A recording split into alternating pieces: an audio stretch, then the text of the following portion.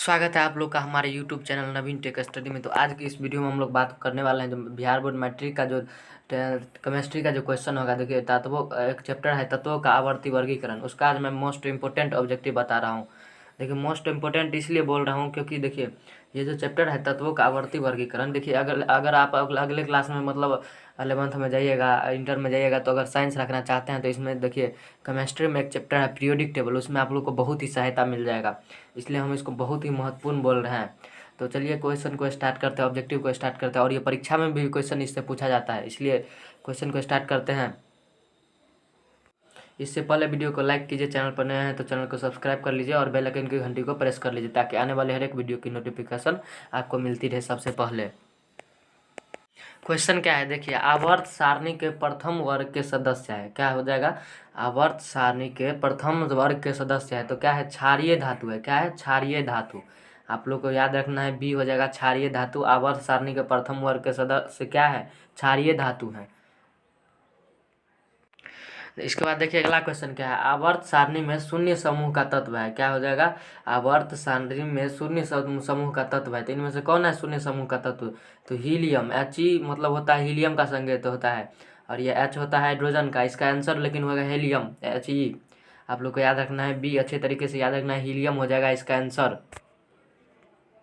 अगला क्वेश्चन क्या है, आधुनिक आवर्त सारणी में तत्वों के वर्गीकरण का आधार है, क्या है क्वेश्चन, आधुनिक आवर्त सारणी में तत्वों के वर्गीकरण का आधार है, तो क्या है तत्वों का आवर्ती वर्गीकरण का, देखिए इसका आंसर डी हो जाएगा, परमाणु संख्या के आधार पर किया गया आधुनिक आवर्त सारणी को, किसके मतलब किसके आधार पर, तो परमाणु संख्या के आधार पर। आप लोग को याद रखना है, इसका आंसर डी हो जाएगा, परमाणु संख्या।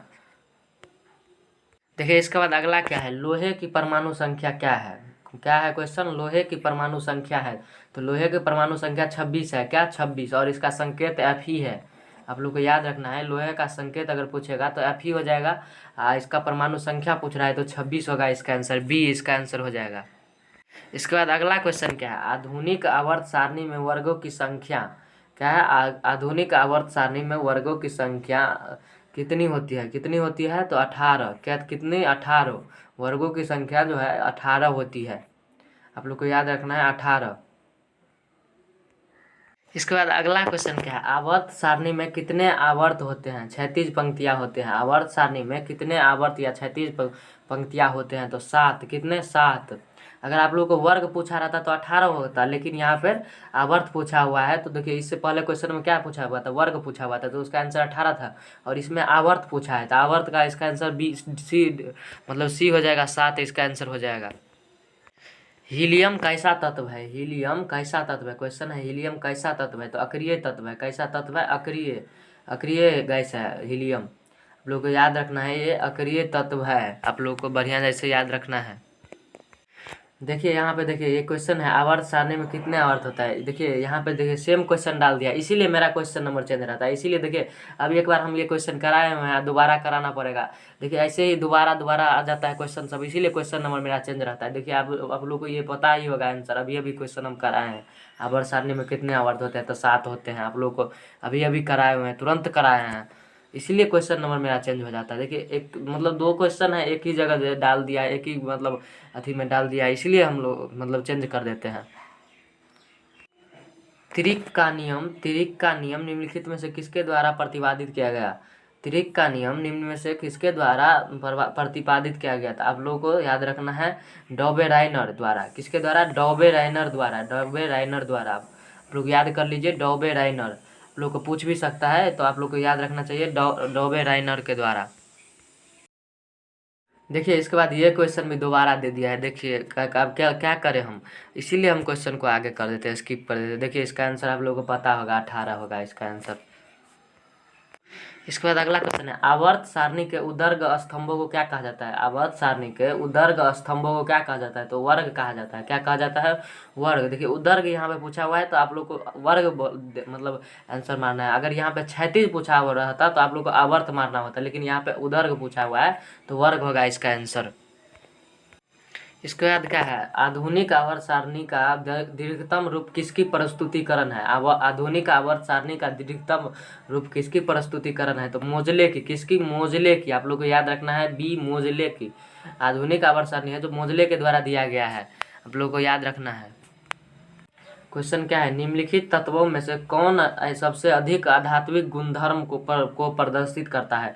निम्नलिखित तत्वों में से कौन सबसे अधिक आध्यात्मिक गुणधर्म को प्रदर्शित करता है, तो क्लोरीन जो है सबसे ज़्यादा आध्यात्मिक गुणधर्म को प्रदर्शित करता है। क्या, क्लोरीन। आप लोग को याद रखना है क्लोरीन। किसने कहा था तत्वों के मूल गुणधर्म उनके परमाणु संख्याएं न कि परमाणु द्रव्यमान है।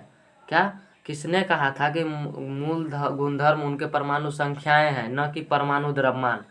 तो ये मोजले ने कहा था। कौन कहा था, मोजले ने। आप लोग को याद रखना है मोजले ने कहा था ये। आधुनिक आवर्त के नियम के अनुसार, आधुनिक आवर्त नियम के अनुसार तत्वों का गुणधर्म है। क्या है, मतलब आधुनिक आवर्त सारणी के नियम के अनुसार तत्वों का गुणधर्म परमाणु संख्या का आवर्त फलन है। किसका, परमाणु संख्या का आवर्त फलन। परमाणु संख्या के आधार पर बनाया गया है। ये क्वेश्चन पहले भी हो चुका है, लेकिन मतलब वो दूसरा टाइप का था, ये दूसरा टाइप का है। क्वेश्चन सेम ही है लेकिन दूसरा टाइप बदल गया है, पूछने का स्टाइल बदल चुका है। आधुनिक आवर्त सारणी में बाईं से दाईं ओर जाने पर परमाणु का साइज, आकार जो है जो घटता है। क्या होता है, घटता है। देखिए अभी मतलब वीडियो बहुत देर का बन चुका है, इसलिए थोड़ा हम फास्ट भी कर सकते हैं, लेकिन देखिए आधुनिक आवर्त सारणी में बाईं से दाईं ओर जाने पर परमाणु का आकार जो है घटता है। वुल्फगांग डायबेराइनर किस देश से संबंधित है, तो जर्मनी देश से। किस देश से, जर्मनी देश से। वुल्फगांग डायबेराइनर।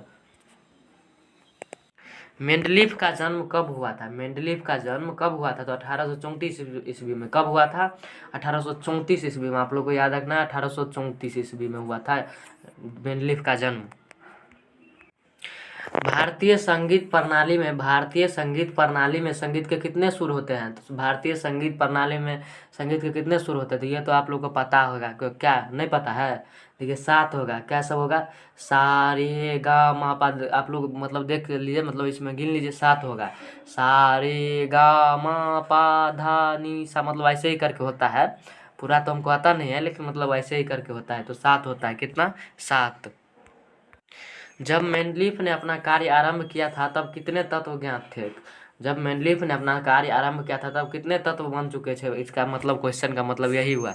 तो तब कितने, 63 बन चुके थे। कितने, 63 बन चुके थे। और उससे आगे जो है मतलब मेंडलीफ ने आधुनिक आवर्त सारणी में परमाणु साइज से क्या पता चलता है। आधुनिक आवर्त सारणी में परमाणु साइज से क्या पता चलता है, तो परमाणु की त्रिज्या पता चलता है। क्या पता चलता है, परमाणु की त्रिज्या पता चलता है। आप लोग को याद रखना है बी, इसका आंसर परमाणु की त्रिज्या का पता चलता है। इसके बाद क्या है, 1 पिकोमीटर कितने मीटर के बराबर होता है। 1 पिकोमीटर कितने मीटर के बराबर होता है, 10⁻⁻12 मीटर के बराबर। कितना, 10⁻⁻12 मीटर के बराबर होता है 1 पिकोमीटर बराबर। किसी भी तत्व की संयोजकता कैसे निर्धारित की जाती है, किसी भी तत्व की संयोजकता कैसे निर्धारित की जाती है, इलेक्ट्रॉन के संख्या से। किससे, इलेक्ट्रॉन की संख्या से मापी जाती है, निर्धारित की जाती है। मतलब इसका हुआ आंसर ए हो जाएगा इसका आंसर। अष्टक का नियम निम्नलिखित में से किसके द्वारा प्रस्तुत किया गया। अष्टक का नियम निम्नलिखित में से किसके द्वारा प्रस्तुत किया गया, तो किसके द्वारा प्रस्तुत किया गया, तो न्यूलैंड्स के द्वारा। किसके द्वारा, न्यूलैंड्स के द्वारा। आप लोगों को याद रखना है डी, इसका आंसर न्यूलैंड्स के द्वारा प्रस्तुत किया गया। मेंडलीफ के आवर्ती नियम के अनुसार तत्वों के गुणधर्म इनमें से किनका आवर्ती फलन होता है, तो परमाणु द्रव्यमान। किसका, परमाणु द्रव्यमान। और मोजले का जो है जो परमाणु संख्या के आधार पर मतलब आवर्ती फलन होता है, लेकिन मेंडलीफ का जो परमाणु द्रव्यमान के आवर्ती फलन होता है। इसलिए इसका आंसर हो जाएगा बी इसका आंसर हो जाएगा परमाणु द्रव्यमान। मेंडलीफ ने तत्वों को किसके बढ़ते क्रम में वर्गीकृत किया। मेंडलीफ ने तत्वों को किसके बढ़ते क्रम में वर्गीकृत किया, तो परमाणु द्रव्यमान के। किसके, परमाणु द्रव्यमान के। आप लोग को याद रखना है परमाणु द्रव्यमान। तो बस आज के वीडियो में बस इतना ही। मिलते हैं अगले वीडियो में, तब तक के लिए वीडियो को लाइक कीजिए, चैनल पर नए आए तो चैनल को सब्सक्राइब कर लीजिए और बेल आइकन की घंटी को प्रेस कर लीजिए। और जो सूचना है उस पर आप लोग नहीं ध्यान दिए, कोई बात नहीं, हम लोग प्रैक्टिस सेट जो है वीडियो के माध्यम से ही कराएंगे। लाइव क्लास तो आना ही नहीं है, क्योंकि मेरा तो लाइव क्लास का ऑप्शन ही नहीं आ रहा है। अभी 1000 सब्सक्राइबर नहीं हुआ है तो नहीं आ रहा है। आप लोग ठीक है वीडियो के माध्यम से पढ़िए, शेयर करने पर तो ध्यान देते नहीं आप लोग, इसलिए शेयर करने के लिए हम नहीं बोल रहे हैं।